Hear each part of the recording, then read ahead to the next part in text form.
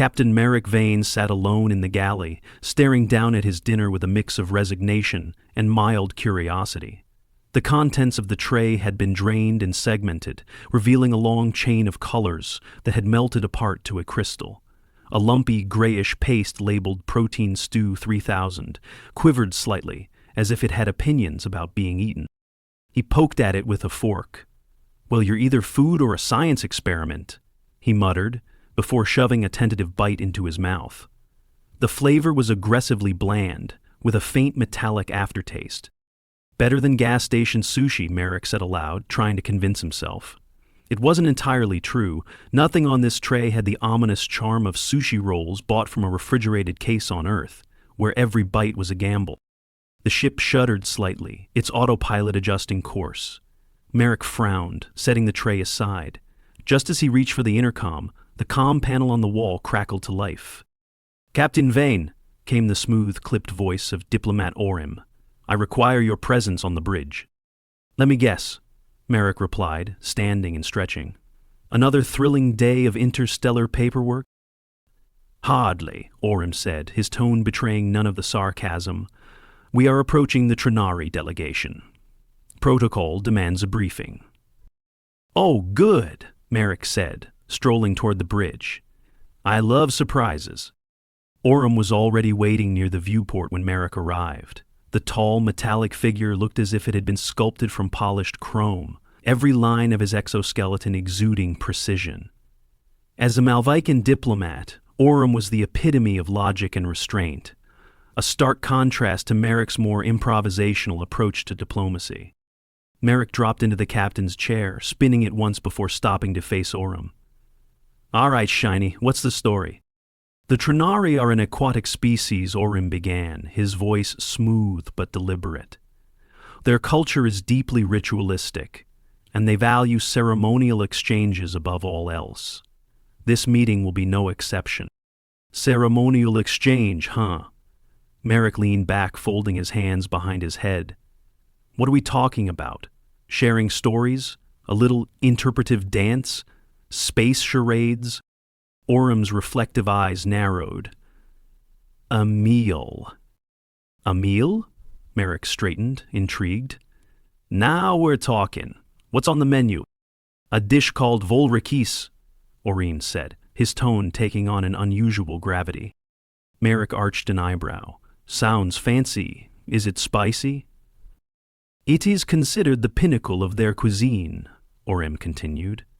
"Sacred, even. To partake in it is to honor their trust and hospitality." "All right," Merrick said with a shrug. "So, I show up, eat their fancy alien food, and we're best friends forever. Easy." "There is a complication," Orym said, his posture stiffening. Merrick smirked. "Of course there is. Hit me." Orym hesitated, his metallic fingers twitching faintly. "The dish is dangerous." "How dangerous are we talking?" Merrick asked, sitting up. "Lethal to most known species," Orym said flatly. "The volrik'iis contains enzymes designed to dissolve organic matter for absorption. For the Trari, it is nourishment. For others, it results in immediate cellular breakdown, followed by—" he paused. "Dissolution." Merrick blinked. "So, just to clarify, they're inviting me to dinner, knowing it might kill me?" "Correct." Merrick leaned back, exhaling slowly. "Sounds like a Thanksgiving dinner with my relatives." "This is not a joke, Captain," Orym said sharply. "To refuse would be an insult of the highest order. However, to partake is an extraordinary risk. Those who survive are revered, but—" "I get it," Merrick interrupted, waving him off. "It's like the ultimate trust fall. You eat the slime, they respect you, everyone wins. Right?" "Assuming you survive, yes," Orym replied, his tone heavy with disapproval. Merrick rubbed his chin thoughtfully. "Well, I've been training for this my whole life. You should see some of the things we eat on Earth. Processed cheese that doesn't melt, canned meats with a half-life, deep-fried butter, and don't even get me started on surströms. If humanity's stomachs can survive that, we can handle anything." Orym stared at him, his reflective eyes unblinking. Your optimism is unsettling. Good, Merrick said, standing. Let's go meet the neighbors. The Trari station loomed into view, a massive, translucent structure that glowed faintly against the darkness of space. Its organic design resembled a living organism, with glowing conduits that pulsed like veins. Merrick and Orem stood in the airlock as the docking sequence completed. The captain adjusted his collar, glancing at his reflection in the polished wall. They're big on first impressions, right? Merrick asked. Indeed, Orem said, his tone formal. Please, Captain, I urge you to treat this meeting with the utmost respect. Their traditions are sacred. Relax, Merrick said, flashing a grin. I'll be the picture of diplomacy. The airlock hissed open, revealing a procession of shimmering, translucent beings. The Trari delegation floated forward, their semi-ethereal bodies glowing with bioluminescent patterns. Their inner cores pulsed with shifting hues that Merrick assumed conveyed some kind of emotion, though he had no idea what those colors meant. The leaders stepped, or rather hovered, forward. Their core pulsed a deep violet as they extended a tendril-like appendage. Captain Merrick Vane, they said in a harmonic voice that resonated like a melody. Welcome. I am Consul Fierum. It is an honor to host you. The honor's mine, Merrick said, shaking the offered appendage. It felt cool and slightly elastic, like a water balloon filled with silk. Come, Fierum said, their core glowing warmly. The volrik'iis awaits.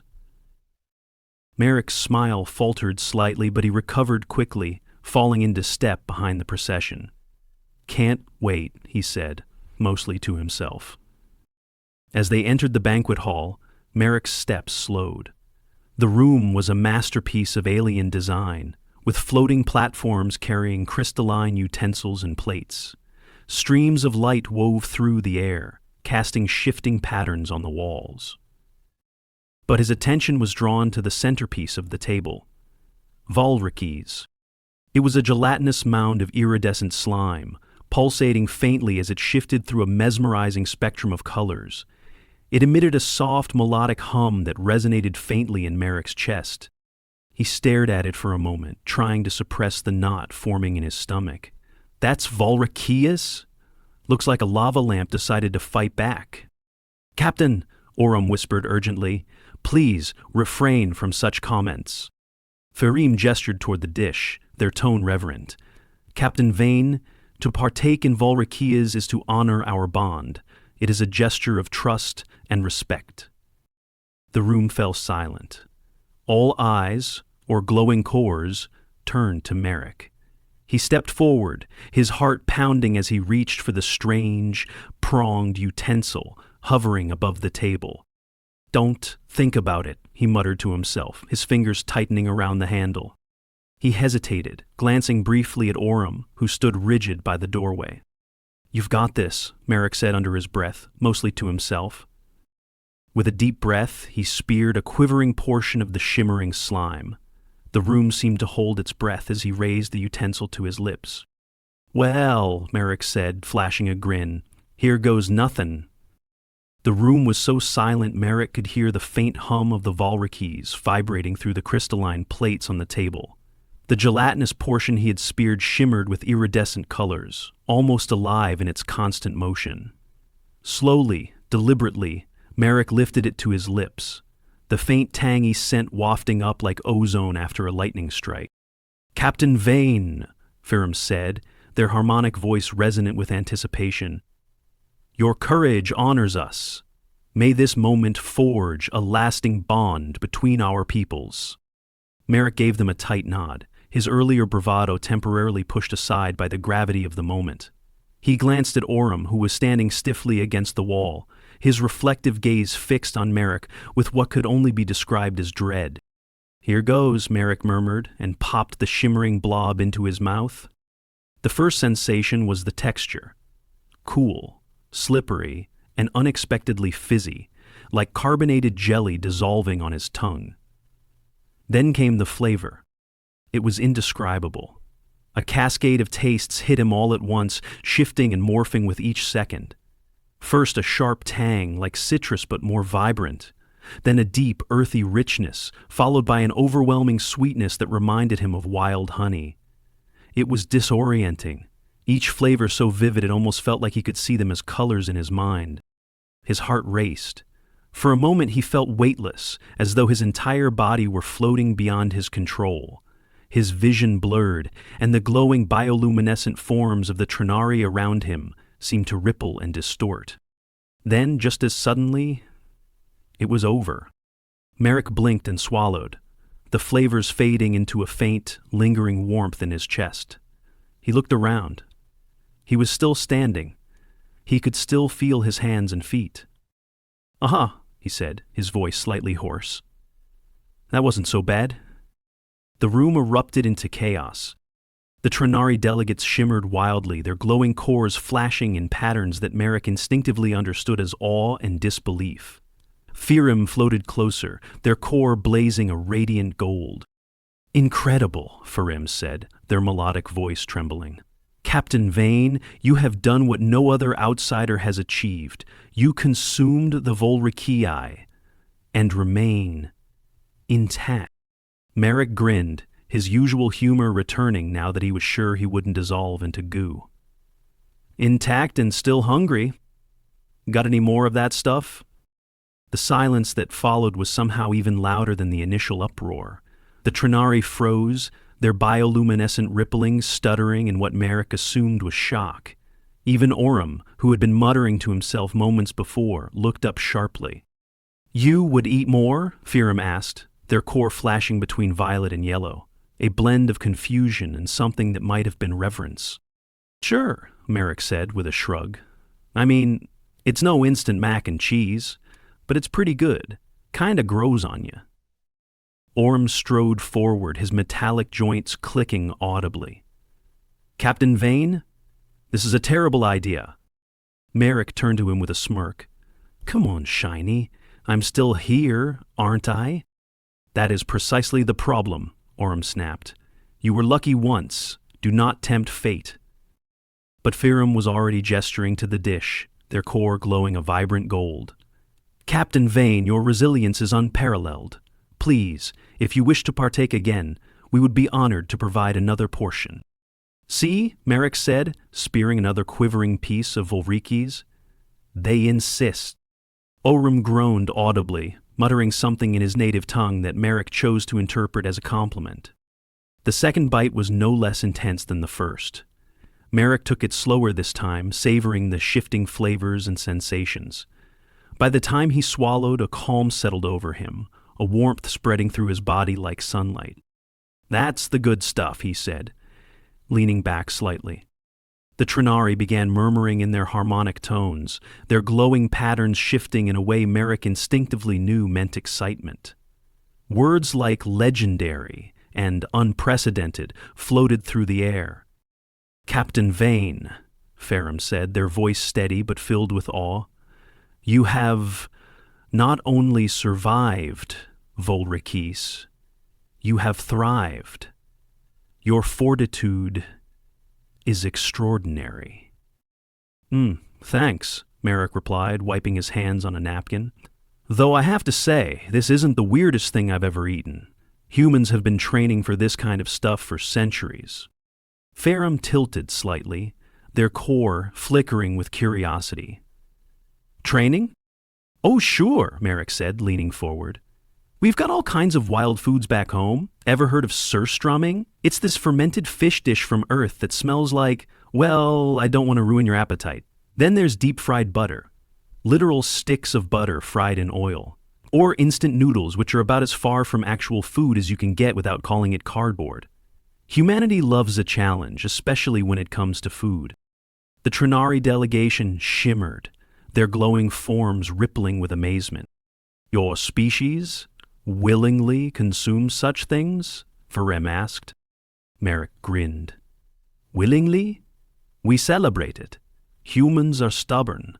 If there's something we can't eat, we'll figure out a way to eat it anyway." Vrii's core pulsed brightly, and they turned to the gathered trari. Captain Vane, you and your people are unlike any we have encountered. Today will be remembered as a momentous occasion in Trari history. Glad I could help, Merrick said, standing. He turned to Orem, who was still staring at him in disbelief. See? Told you it'd be fine. Orem shook his head, muttering, "The galaxy will never recover from this." As the banquet came to a close, Merrick found himself surrounded by a Trari crowd whose glowing cores pulsed with awe and admiration. The diplomatic delegation had transformed into a murmuring sea of bioluminescent ripples, their harmonic voices overlapping in excitement.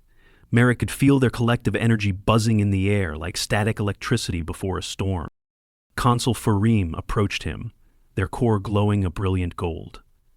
"Captain Vane, this day will be etched into Trari history. Your resilience has shattered all expectations." Merrick, leaning casually against the crystalline table, offered them a lopsided grin. "I'm just glad I didn't melt into a puddle." He tapped his chest.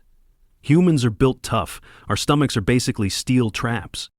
Orem, standing stiffly at his side, finally spoke up, his voice heavy with exasperation.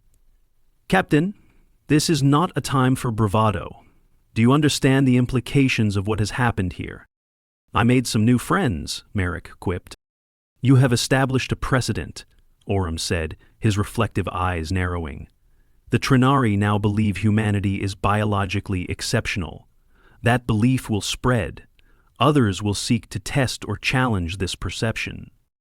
Merrick straightened slightly, his grin fading as he registered the seriousness in Orem's tone. "Okay, Shiny, I get it. But this isn't the worst thing to happen. If anything, it's good for humanity, right? Makes us look strong." "Strength invites curiosity," Orem replied, "and curiosity, Captain, invites danger." Before Merrick could respond, Farim stepped forward, their glowing form brightening. "Captain Vane, there is something we must share with you. The events of this evening will not remain confined to Trari space. Delegations from neighboring systems will learn of your feat. Some may wish to honor you, while others—" Farim paused, their core dimming slightly. "May see you as a challenge to overcome." Merrick rubbed the back of his neck. "Sounds like I'm going to be popular." "It is not a matter of popularity," Farim said. "It is a matter of perception. You are now seen as a symbol of your species, a species capable of withstanding what others cannot." "Captain," Orem cut in, his tone clipped, "this is precisely the escalation I feared. Diplomacy thrives on balance, and you have tilted that balance." Merrick sighed. "All right, I get it. But what do you expect me to do? Go back in there and spit it out?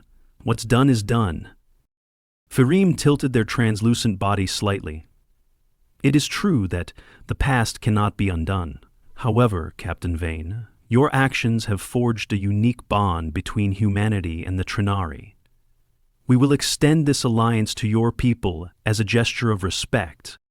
"See," Merrick said, elbowing Orem lightly.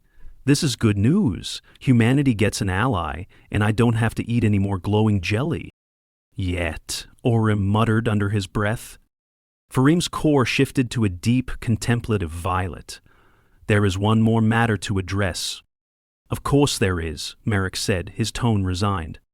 "This event has drawn attention from neighboring systems," Farim continued. "Already we have received transmissions from other species seeking to understand how you survived.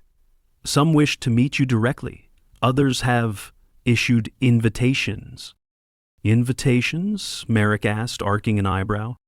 "Challenges," Orem said grimly. Farim pulsed faintly. "They do not phrase it as such, but yes. Species like the Vesth Sovereignty and the Malvathan Concord have expressed interest in hosting you. Their intent is to test your resilience further." Merrick frowned. "I'm not a science experiment. If they want to talk diplomacy, great. But I'm not signing up for some intergalactic eating contest." "They may not give you a choice," Orem said quietly. "Your survival has disrupted their perception of dominance. Some will wish to verify the strength of humanity. Others may wish to disprove it entirely." The weight of Orm's words settled over Merrick like a lead blanket. He leaned back against the table, rubbing his temples. "All right. So, what's the plan?" Vrii tilted slightly, their core flickering. "We will assist you in navigating these waters. The trari will vouch for humanity's resilience and good intentions. However, Captain Vane, I must caution you. There will be those who are less diplomatic." Merrick exhaled, his earlier bravado tempered by the gravity of the situation. "Understood. We'll play it smart." Orym blinked, his reflective eyes narrowing. "Captain, I must admit, I did not expect such prudence from you." "Hey," Merrick said with a faint smile, "even I know when to take things seriously." "Sometimes." Vrii pulsed a soft yellow, a color Merrick had come to associate with amusement. "You are an enigma, Captain Vane, a trait we hope will serve humanity well in the days to come."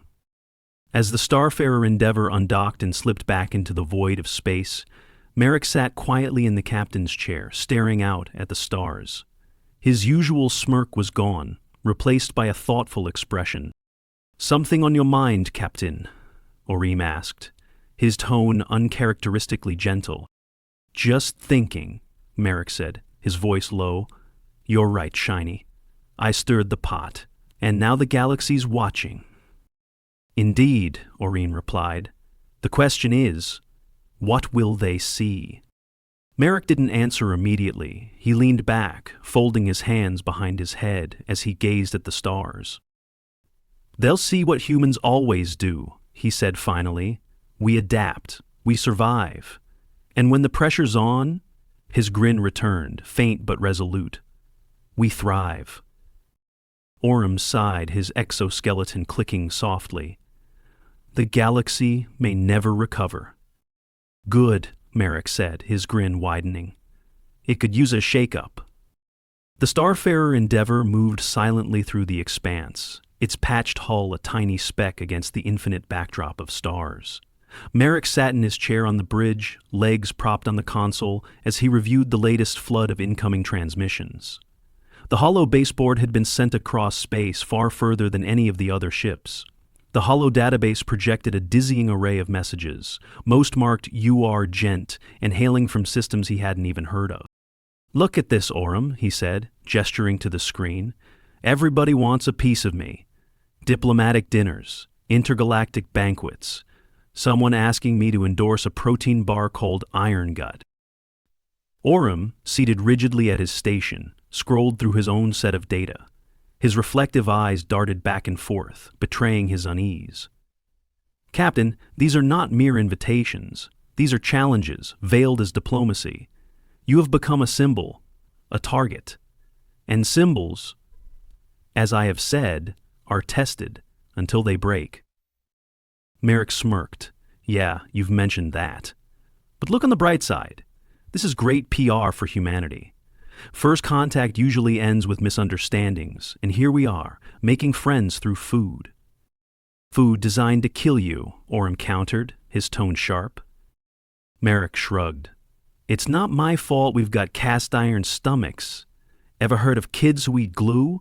Or entire industries built around prepackaged meals that can outlast a nuclear winter? You can't tell me volrik'iis is worse than canned spaghetti that tastes like metal." Orym groaned softly, his metallic joints clicking as he turned back to his console. "Captain, the Trari Alliance was a success, but this momentum is unsustainable. You cannot single-handedly endure the culinary trials of every species seeking to challenge humanity's reputation." "Watch me," Merrick said, grinning. An alert beeped on the console, cutting off Orym's retort. The holoscreen shifted to display a transmission from an approaching vessel. Its angular silhouette emerged from hyperspace, its dark hull reflecting the faint light of nearby stars. The design was unmistakable, the Vesth sovereignty. "Wonderful," Orym muttered, standing abruptly. "Captain, this is precisely the escalation I feared." The transmission crackled to life, and a deep, resonant voice filled the bridge. "Captain Merrick Vane of the Starfarer Endeavour, this is Envoy Lorith of the Vesth Sovereignty. We have been tracking your progress. You are a curiosity of one that demands investigation and a saved soul. Body safe and under surveillance.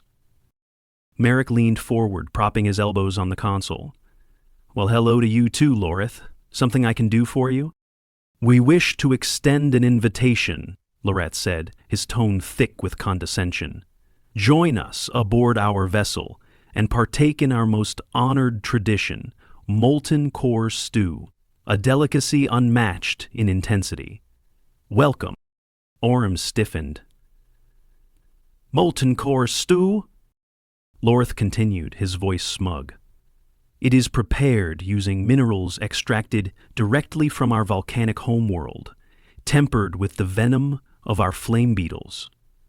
Few outside our species can even approach its heat, let alone consume it. Sounds cozy, Merrick said, leaning back. Captain, Orem interjected urgently, I must strongly advise against this. Lorith's voice dropped, the faintest hint of a challenge creeping in. Are you refusing, Captain? Is the iron-stomached human merely a tale exaggerated by the trari? Merrick's smile tightened. I don't need to prove myself to you, Lorith. Humanity's resilience speaks for itself. If you're curious about us, how about a chat instead of a dinner challenge? A refusal, then, Loroth said, his tone darkening. Very well, Captain, but know this. The galaxy is watching. You may have impressed the trari, but the sovereignty does not admire hesitation. The transmission ended abruptly, and the Vesth vessel veered away, disappearing into hyperspace as quickly as it had arrived. Merrick exhaled slowly, staring at the now empty display. That went well, he muttered. Orem turned to him, his reflective eyes blazing. Do you see, Captain? The Vesth were not offering diplomacy. They were baiting you. And there will be others. This is only the beginning. Merrick sighed, running a hand through his hair. Yeah, I get it, Shiny. We're walking a tightrope here. But I'm not going to let every species with a superiority complex drag me into their version of a chili cook-off. Orem crossed his arms. And how do you intend to handle the growing scrutiny? Merrick leaned back, staring out at the stars. The same way humanity's always handled pressure. We keep moving forward. We adapt. We think on our feet. And we don't back down. That's what makes us human. Orem regarded him silently for a moment, then nodded. Let us hope that is enough, Captain. The ship fell quiet as they resumed their course. The holoscreen blinked occasionally with new transmissions, some diplomatic, some less so, but Merrick ignored them for the moment. Sitting alone on the bridge, he gazed out into the infinite void, his thoughts uncharacteristically heavy. He knew the galaxy was watching, waiting to see what humanity would do next. And he couldn't help but grin. Bring it on, he said softly,